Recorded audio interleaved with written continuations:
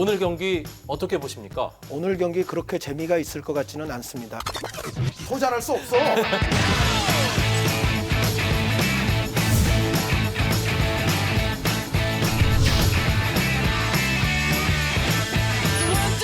Take my hand and come with me because you look so fine that I really want to make you mine.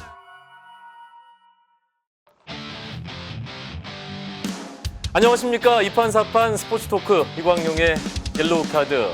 대한민국 최고의 야구 기자 두 분입니다. 이재국, 이용균, 리쌍과 함께하는 야구 이야기 시간이 돌아왔습니다. 반갑습니다. 네, 반갑습니다. 휴가들은 다녀오셨어요? 이재국 기자 휴가 다녀오셨어요? 네. 막 뭐 국토 종단을 하셨다는 얘기.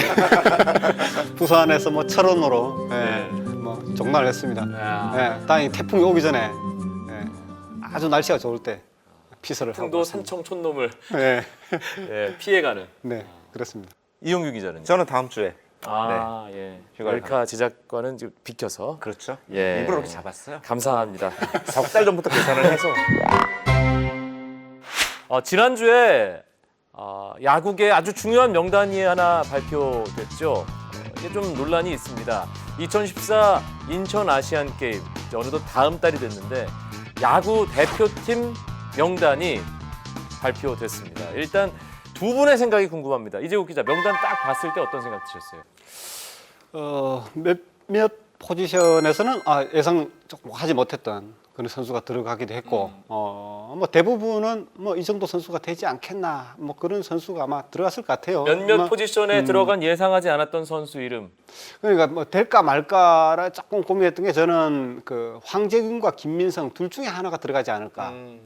내야 전체적으로 봤을 때 그러니까 이루수의 정근우나 서건창, 오재원 뭐 이 중에 셋 중에 두 명이 들어가는 상황인데 오히려 뭐 오재원 선수는 저는 백업 정도로 보고 멀티가 가능하기 때문에 주전으로 서건창을 가느냐 정근우로 가느냐 뭐 이 정도가 남지 않았냐. 그래서 김민성, 황재균 둘 중에 한 명은 너무나 진짜 안타깝게 떨어져야 되겠구나라는 생각을 했는데 두 명이 들어갔다는 거 사실. 네. 그러면서 이루수 주전으로는 오재원 선수가 합류를 했고, 또 그 전에 뭐 유준 감독하고도 좀 이야기를 나눠봤지만 그 김태균 선수를 과연 넣을 것인가 말 것인가. 그래도 김태균 선수가 들어가는 게 낫지 않나라고 생각했는데 빠지고 이재원 선수가 포수에 들어가는 그 부분. 그 정도가 좀 나머지는 뭐 고개를 끄덕거릴 대략 만한. 뭐 네. 저도 예상을 했던 최종 엔트리 발표 직전에 부산 경기에 있었어요. 삼성이. 그때 기자들이 상당히 또 부산에 또 사실 많이 왔어요. 근데 유준 감독 부산했겠네요. 네. 모처럼 이거죠. 더 가고 하나. 부산해요. 좀 부산했어요. 예, 진짜 많았어요. 그래가지고 예. 유준 감독도 이거는 정말 우리끼리 한번 해보자. 기사는 쓰지 말고 뒷이야기인데 내일까지 기자들이 그럼 각자 엔트리를 한번 정해가지고 와봐라. 저도 현장에 가지 못했는데 봤어요. 다들 이렇게 수첩에 그 적어갖고 왔더라고요. 정말로요? 기자들이 그 숙제를 해오느라고 그 다음날 그 실제로 지금 뭐 팬들도 많겠지만 엔트리 정할 때 한번 각자가 한번 작성을 해보는 것도 한번 의미가 있을 것 같아요. 대체적으로 이야기 생각이 되지만 실제로 작성을 해보니까 저도 굉장히 고민이 많이 어렵다. 되는 포지션이 몇 개는 생기더라고요. 예. 그런 부분들에 대해서 이야기. 예. 이용규 기자는 어떻게? 원래 이 최종 엔트리 발표를 할 때 중계를 하려고 그랬대요. 보셨어요? 발표 현장을 이제 KBO가 중계를 하려고 했는데 이 중계 그 발표 장소가 이제 어디로 할까 고민을 하다가 장소가 안 잡히고 그냥 KBO 기자실 브리핑 룸에서 하게 되면서 이제 장소가 좁아서 중계에 실패를 했는데 중계를 했으면 어땠을까라는 생각이 들어요. 투수 누구 하나하나 부를 때마다 네. 굉장히 재미가 있었을 것 같은데 어쨌든 딱 면면을 보는 순간에는 이 정도 정말 사실은 어떤 생각을 했었냐면 하도 뭐 타고 투전에 선수 없네 감독들이 항상 선수 없어 입에 달고 살잖아요. 그래서 정말 한국 야구에 선수가 없나라는 생각을 했는데 딱 모아놓고 보니까 이 정도면 뭐 충분히 한 팀은 뭐 병역 미필자 젊은 선수들이 많이 포함이 됐고 어느 정도 세대 교체가 이루어졌지만 이 정도면 팀이 꽤 탄탄하다라는 생각이 들었고 실제로 2008년 베이징 올림픽 엔트리 발표 때랑 느낌은 좀 비슷했어요. 젊은 선수들이 대거 포진이 되면서 이 선수들이 정말 새로운 스타일의 한국 야구로 가져갈 수도 있겠다. 힘과 스피드가 어느 정도 좀 공존한 느낌이었거든요. 2008년 베이징 올림픽 대표팀이 약간 좀 스피드 쪽에 그렇죠. 치우친 느낌이었다면 예. 이번 엔트리는 이제 한국 야구의 어떤 파워 면에서도 어느 정도 갖춰졌구나. 라는 느낌이 들 정도로 꽤 좋은 선수들이 포함이 됐다. 물론 다만 이재국 기자님이 얘기한 것처럼 몇몇 포지션의 아쉬움. 저는 외야 쪽에서 나지완 선수가 정말 간당간당하다라고 생각을 했거든요. 근데 그 과정에서는 이제 이재국 기자님이 얘기한 것처럼 이 김태균이 빠진 자리. 그러니까 우타거포가 주전 말고 백업 쪽에 한 명이 있어야 된다라는 고민이라면 그래서 나지완 선수가 포함이 됐겠구나라고 생각이 드는데 그 부분에서 외야 수비 쪽에서의 어떤 견고함, 수비 능력에서의 견고함이 조금 떨어지지 않나 이런 생각은 좀 들었어요. 이용균 기자가 지금 2008년 베이징 올림픽 때랑 뭔가 느낌이 비슷하다고 하셨잖아요. 물론 성향은 조금 다르지만 결과 면에서나 어떤 과정 면에서나 가장 좋았던 게 역대 대표팀 중에 2008 베이징 올림픽이 아니었나라는 생각도 한편으로는 들면서 그동안의 야구 대표팀을 한번 쭉 떠올려봤어요. 이번 대표팀이 프로가 포함된 대표팀 구성, 굵직굵직한 대회들 중심으로 했을 때 11번째 대회더라고요. 98년 방콕 아시안 게임부터 그때는 이제 드림팀 1, 드림팀 2 막 셌었는데 예. 이제 어느 순간 세기 않아서 11번째 세면 우리 나이엔 머리 아파지기 때문에. 근데 이제 그 큰 대회를 친다 그러면 8번째로 여덟 번째인가요? 될 것 같아요. 그러니까 98년 방콕 아시안 게임, 2000년 시드니 시드니 올림픽, 2003년에 그 아테네 올림픽 예선, 2002년 부산 아시안 게임 왜 2002년 부산 아시안 게임도 네. 있었죠. 네. 그리고 그다음에 아테네 올림픽 예선. 그렇죠. 그리고 2006 WBC, WBC, 2006 도하 아시안 게임, 2008 베이징 올림픽, 2009년 WBC, 2016 광저우 아시안 게임, 2013 WBC. 그것까지 그렇게 되는 건가요? 제가 맞았잖아요. 또 모처럼 오고 가는 예. 옐로우 카드입니다. 네. 내가 잘못 계산하고 있었구나. 근데 논란이 없었던 적은 거의 없었던 것 그렇죠. 같아요. 예. 그러면 또 2008년 베이징 올림픽 때도 난리였었어요, 사실 그때. 그때 엔트리도 난리가 났었죠. 그리고 그 구성을 보고 또 그때도 막 정말 뭐 또 최약체니 어쩌니 그런 이야기 나오고 그랬었어요. 그때가 병역 미필 선수가 14명이었거든요. 김태균 빠지고 이대호 들어가고 뭐 일루 어떻게 할 것인가 막 거기서 약간 논란이 있었던 기억이 임태훈 나요. 선수가 빠지고 윤성민 선수가 들어가고 맞아. 그렇죠. 예. 굉장히 어려웠어요. 예, 그때도 그때- 후바랑 예선 연습 경기 치르면서 이래 갖고 되겠느냐라는 얘기도 굉장히 김광현 많았고요. 선수도 그때는 사실상 국가대표 처음이었죠. 그러니까 병역 미필 선수가 14명이나 들어갔기 때문에 굉장히 어린 선수들이 많이 들어갔었거든요. 그래서 그때도 이 경험 없는 선수, 김현수 선수도 마찬가지였고 그랬죠. 이런 선수 가지고 되겠느냐 이런 이야기들이 막 나왔었어요. 근데 결과적으로 금메달을 따면서 그 금메달 결과물도 그렇지만 그 과정 그리고 그 이후에 그 선수들 경험을 쌓고 그 지금까지 국가대표 지탱을 하고 있는 그런 선수들이니까 최고의 결과가 나왔던 거죠. 모든 결과가 중요한 거네요. 그렇죠. 뭐 사실 결과죠.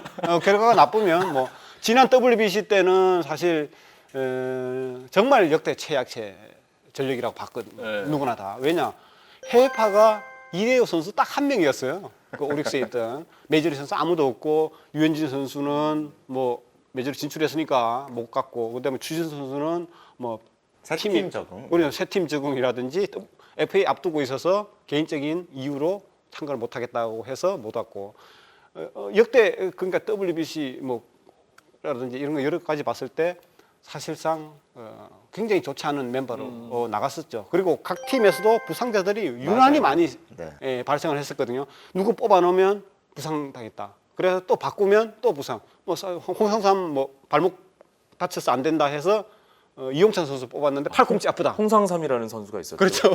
네. 그때는 홍상삼 좋았죠. 새삼 떠오르네요. 이용찬 선수 팔꿈치 아프다. 그래가지고 막 수수가 없어가지고 나중에 그 캠프에서 공 좋다고 소문이 난 이제 송성준 선수를 갑자기 막 데리고 온다든지. 굉장히 어려웠어요. 그래가지고 없어가지고 또 차우찬 선수를 넣는다든지. 결국은 이용규 선수는 이제 어깨 통증이 있었음에도 불구하고 뛰었다가 그렇죠. 지금까지도 수비를 못 하게 되는 결과를. 저는 모든 분들이 그러실 거예요. 어떤 그 국제 대회와 관련해서 가장 안 좋았던 추억을 얘기를 하면 물론 2004년 아테네 올림픽에 나가지 못했던 그 예선전도 있지만 도아시안 게임 2006 도아시안 게임은 뭐가 문제였나요? 그때 역시 그 선수 구성에 대해서 잡음이 많이 생겼거든요. 그러면서 결국은 국내파 이제 위주로 가기도 하고 뭐 하면서 그때 유명한 얘기가 있었죠. 마이너리그에서 뛰던 모 선수에 대해서. 예. 뭐 그때 뭐 그걸 네. 가지고 뭐 논란도 생기기도 했지만 사실 뭐 저도 뭐 그때는 뭐 주진 선수 사실 빼도 큰 문제는 없었다고 저는 봐요. 이재욱 기자 말이었나요, 그게? 아니요. 그렇진 않아요. 그 당시는 주진 선수가 마이너리그에 뛰고 있었고 맞아요. 예. 국내 선수들도 충분히 또 해서 나갈 수 있는 뭐 그런 상황들이 됐기 때문에 굳이 뭐 그것까지 그러니까 넣어도 되고 안 넣어도 되는 그런 상황인데 그거는 선택의 문제고 감독의. 네, 맞습니다. 그 나머지 멤버들에 있어서 사실상 굉장히 국제대 경험도 없는 선수도 많았고 그러면서 전력도 사실은 약했던 게 사실이에요. 근데 가서 너무 그때도 뭐 우리가 뭐 그 정도는 이기지 않겠는가. 그때 도하에서도 결국 우리가 해외파 대만의 해외파 선수들 네. 딱 2명한테 졌어요. 그렇죠. 좀 뭐 3명한테 졌다고 봐야 되겠구나. 선발 투수 고홍저하고 고홍주는 그때 LA에서 AA 뛰고 있었고 야수. 그리고 그다음에 장재민은 요미우리에 네. 뛰고 있었고 타자 중에서는 천용지 선수 홈런 2방 그걸 우리가 진 거거든요. 그렇죠. 딱 그 3명 야구라는 게 그런 변수가 있기 때문에 사실 그때는 대만전만 문제가 아니었잖아요. 그렇죠. 일본전에서는 그 오뎅은 아니에요. 오뎅이라고 하면 안 됩니다. 저 아나운서 그때. 어묵장수에게 홈런 맞았다고 해서. 오승환 선수가 네. 그 오승환 선수였기 때문에 오뎅이라는 또 그거와 연결이 또 되는 그런 상황이었죠. 예. 지금도 회자되는 그 오뎅장수에게 홈런 맞았다. 끝내기 쓰리라. 예. 그러니까 그게 정말 그분이 그 장사를 하시는 분이 맞아요. 그러니까 밤에는 뭔가를 하고 낮에는 잠깐 야구 사고 이런 스타일로 이제 이미지는 생각이 되죠. 예. 어묵장수라고 하면 근데 뭐 그런 선수는 아니고요. 네. 지금 뭐 일본 야구로 들었다 놨다 하는 선수. 아 정말로요? 그렇습니다. 요미우리 초노 히사요시 선수인데 일본 선수들 사회인 야구 선수들이 그 주축이 돼가지고 왔다고 해서 사회인 야구니까 한국의 사회인 야구 그러면 뭐 그 제가 하는 야구죠. 그렇죠.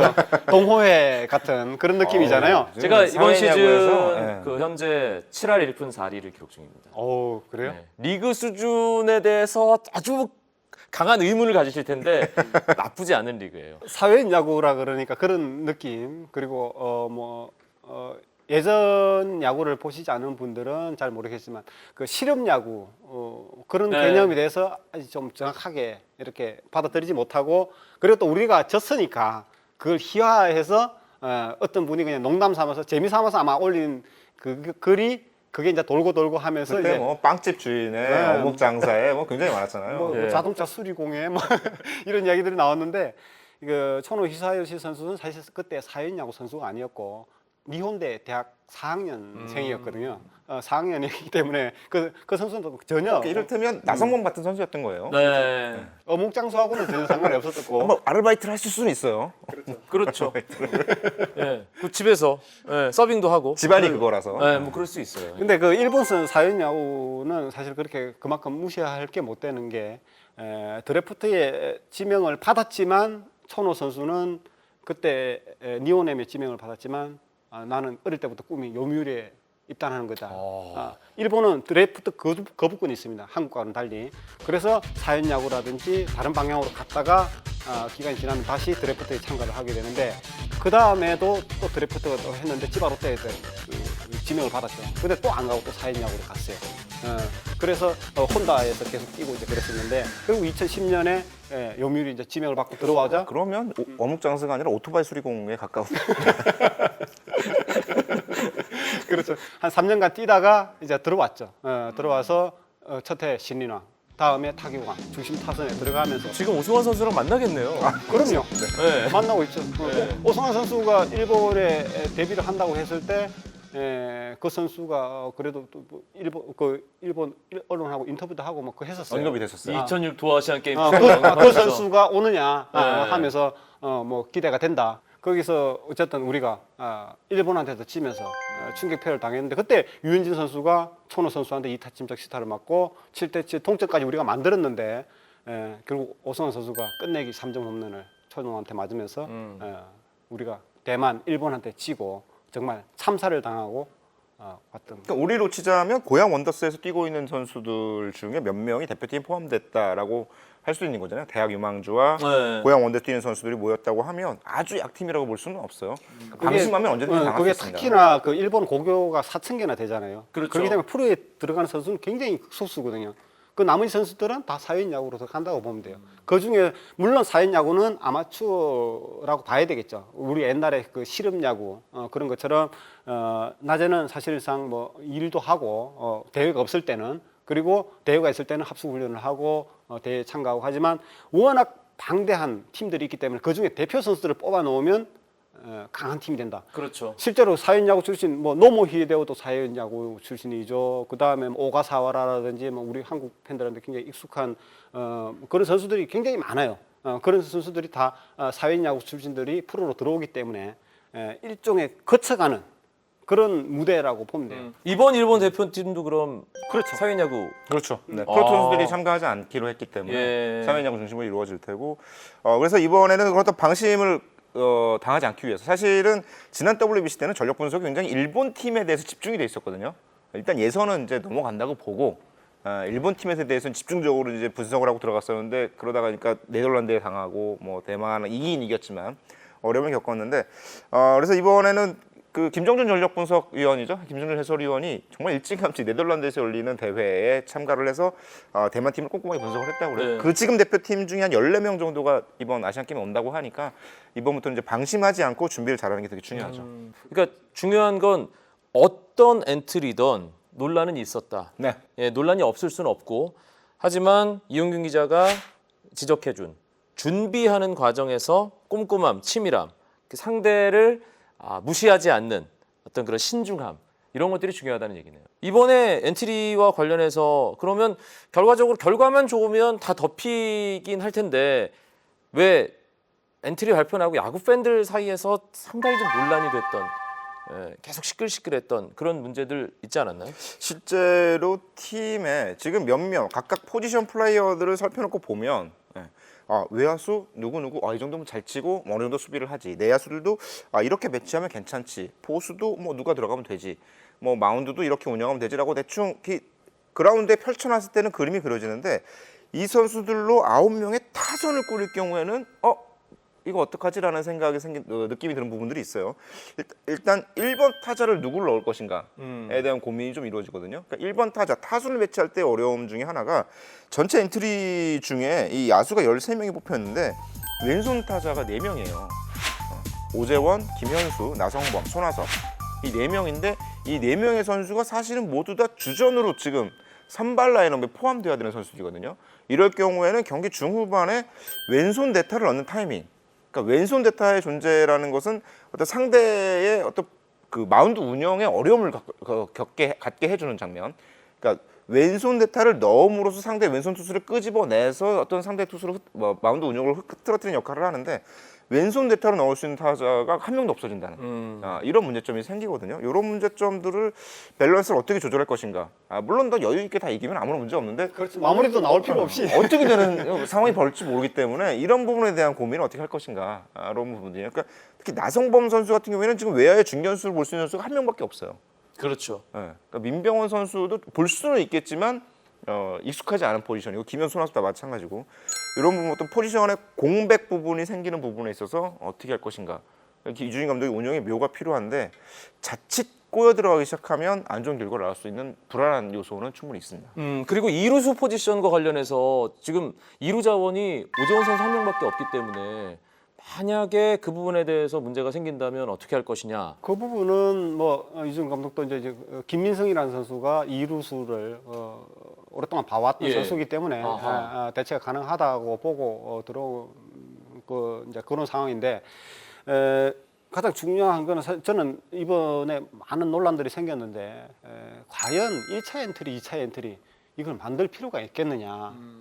사실 저는 그런 그에 대해서 굉장히 큰 의문을 가졌거든요. 결국 이 줄에 나가는 과정에서 많은 논란들이 생겼어요. 물론 국민적인 관심들을 많이 끌어올 수가 있고 기술위원회도 만들어놨기 때문에 이 사람들 뭔가를 해야 돼요. 하니까 그 과정을 갖다가 만들자 해가지고 했는데 뭐 몇몇 기술위원들한테 물어봤지만 어차피 최종 엔트리 결정하는 건 감독이 결정한다. 그리고 이번에도 유준 감독이 들어와서 자기가 본인이 생각했던 그 엔트리를 가지고 나는 이렇게 해서 이렇게 구성했습니다라고 하니까 기술위원들이 거기서 뭐 어떻게 이야기해요? 그러니까 기술위원장에서 이제 뭐 어느 정도 백업 선수들에 대한 조언 정도는 해줄 수는 있겠지만 어차피 감독이 결정을 하는 부분인데 그 중간에 1차, 2차 엔트리를 가면서 줄여나가는 과정에 굉장히 많은 논란이 생겼는데 논란도 논란이지만 선수들이 또 그 사이에 좋았던 선수가 부진하기도 그럴 수 하고 있죠. 네. 다치기도 하고 또 바뀌고 이런 과정들이 생겨요. 근데 그렇죠. 그걸 굳이 만들면서 그렇게 논란을 만들 필요가 있느냐. WBC 때도 그랬어요. 줄이면서 계속 말들이 나오거든요. 그러니까 어차피 그게 규정이 안 돼 있는 상황이에요. 그러니까 1차 엔트리는 몇 명 언제까지 제출하라. 이걸 대조직위원회에 제출하라 그러면 그런 과정들이 필요하겠지만 그런 거 아닌데 우리끼리 그냥 하는 거거든요. 저는 그게 왜 필요한 작업인가. 거기에 대해서 관심을 끌기 위한 이벤트였던 것으로 보여요. 그렇죠. 그런데 그 부분이 좀 더 세련되게 움직였더라면 좀 더 이제 논란거리를 줄이고 만들어갈 수 있지 않았을까라는 생각은 듭니다. 네. 그리고 그 선수가 괜히 탈락이 하면서 상처를 받고. 아니 근데 그런 상황이- 경기력에 영향을 주는 것 같던데요. 안치홍은 아닌 것 같아요. 안치홍 잘 치잖아 정말. 긍정적으로. 예. 아니 그러니까 뭔가 동기부여가 되지 않을까. 예. 물론 뭐 낙심할 수도 있겠죠. 아니요. 안치홍 선수를 오히려 빼고, 예. 그 발표 2차 엔트리 발표 나고 나서 선수들이 다 부진했어 거의 다. 2차 엔트리 때. 안치홍 선수는 오히려 괜찮았는데 저기 경계선에 있는 선수들 뭐 저기 뭐 황재균, 뭐 김민성, 저기 투수 중에 이태양, 저기 이재학 뭐 선수들이 다 부진한 그 오히려 더 거기에서 예민해지면서 그런 부분들이 좀 있었거든요. 그래서 안치홍 선수는 정말 멘탈 갑인 게 최종 엔트리에서 떨어지고 난 이후에도 정말 꾸준한 활약을 보여주는 좀 대단한 선수예요. 그럼요. 그런 아픔을 겪고 오히려 또 야구를 길게 보다 보면 나중에 안치홍 선수가 정말 FA 대박을 터뜨리고 더 잘 나갈 수도 있는 그런 상황이에요. 네. 네. 그래서 그 문제점 하나. 그리고 저는 또 이 병역 미피를 가지고 너무 말이 많은데, 사실 모든 관심의 초점이 거기 쏠리는 느낌도 있어요. 네, 이 여기 대한 분명한 기준들도 좀 제시를 해야 되지 않나. 아시안 게임은 어떻게 갈 것인가? 병역 혜택을 받기 위한 대회인가 아닌가? 물론 뭐 국민적인 정서상 병역 혜택을 대놓고 받기 위해서 이제 가는 대회라고 그런 인상을 심어준다는 것도 문제가 있긴 있겠지만 우리가 올림픽, WBC, 아시안 게임에 대한 노선을 분명히 정해야 된다. 저는 그런 생각이 들어요. 뭐 대회 할 때마다 감독의 성향에 따라서 여론에 따라서 움직일 게 아니라 WBC, 올림픽 정도는 대만, 일본 최정예 멤버가 나오잖아요. 그럼 우리도 최정예 멤버로 가고 저희는 사실 아시안 게임 정도는 저희도 이제는 뭐 굳이 프로 리그를 중단을 하면서까지 해야 되나? 네. 저도 개인적으로 그런 생각이 들어요. 성격을 분명하게 좀 정해서 갈 필요가 있지 않나. 아시안 게임을 앞으로 이제 한국 프로야구가 144게임 체제로 갑니다. 그렇죠. 물론 다음 대회가 하노이에서 하죠, 베트남. 2019년, 예. 네. 2019년으로 가죠. 예. 그때 야구가 뭐 계속 갈지 안 갈지 지금 논란도 생기고 뭐 그러긴 하지만 야구가 생긴다고 하더라도 그때는 정말 리그를 중단하면서까지 해야 되느냐. 또 이 논란이 나올 수가 있거든요. 나이 제한을 두는 것도 방법일 것 같아요. 그렇죠. 네, 몇 세 이하 선수들로 구성을 하고. 대표팀 운영과 관련된 선수 선발과 관련된 뭔가 공식적인 틀을 만들어야겠네요. WBC처럼 뭔가 선수들 입장에서는 메리트가 없는 대회다. 이런 느낌을 해외 준다는. 진출 가능성을 본다면 그러니까 WBC 도 그건 충분히 있겠지만 의미가 그건 있겠는데. 약간 무형의 가치인 거잖아요. 불확실한 거니까. 그러니까 그와 관련해서 확실하게 선수들이 이 대회에 나가면 내겐 이런 뭔가 긍정적인 점이 있겠구나라고 뭔가 바로 받아들일 수 있을 만한 그런 장치를 만들어둘 필요는 있겠네요.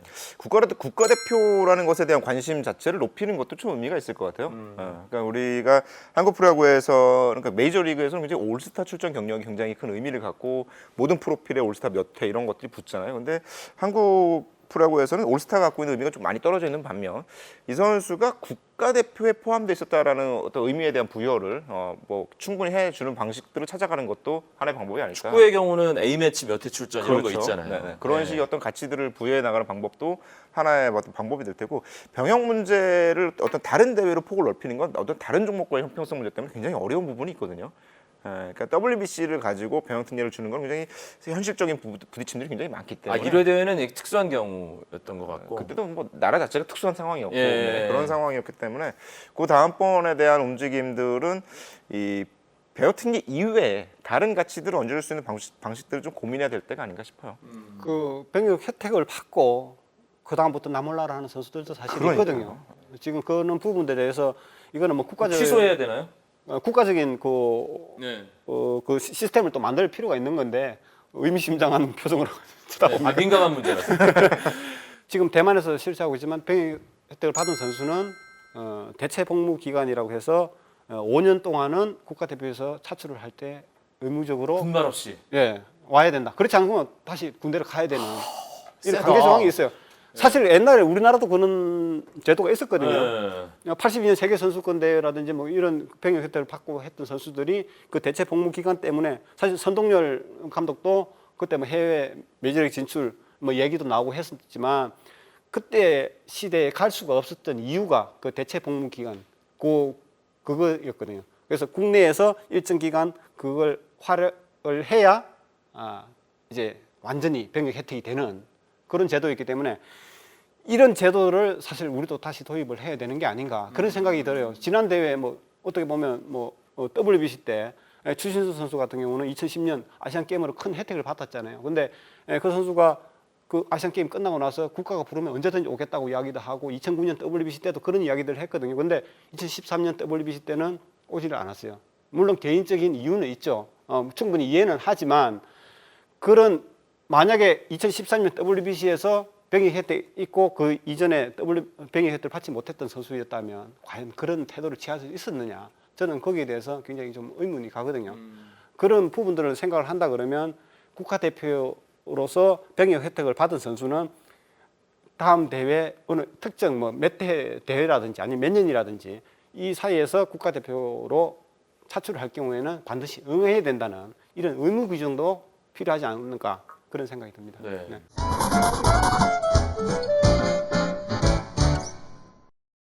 아시안 게임 야구 대표팀 문제와 관련해서 일단 선수 선발 논란이 워낙 뭐 있었기 때문에 초기에 지금은 약간 수그러들었지만 뭔가 옐카가 얘기할 만한 게 있지 않을까 싶어서 꺼냈는데 국가대표 선발 제도 자체에 대한 어떤 뭔가 큰 틀의 문제 제기를 하면서 마무리를 지었습니다.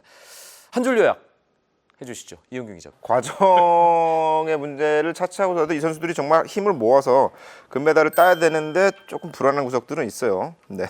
네. 마무리 투수가 나오지 않아도 되는 상황을 만드는 것이 최우선이라고 생각이 듭니다.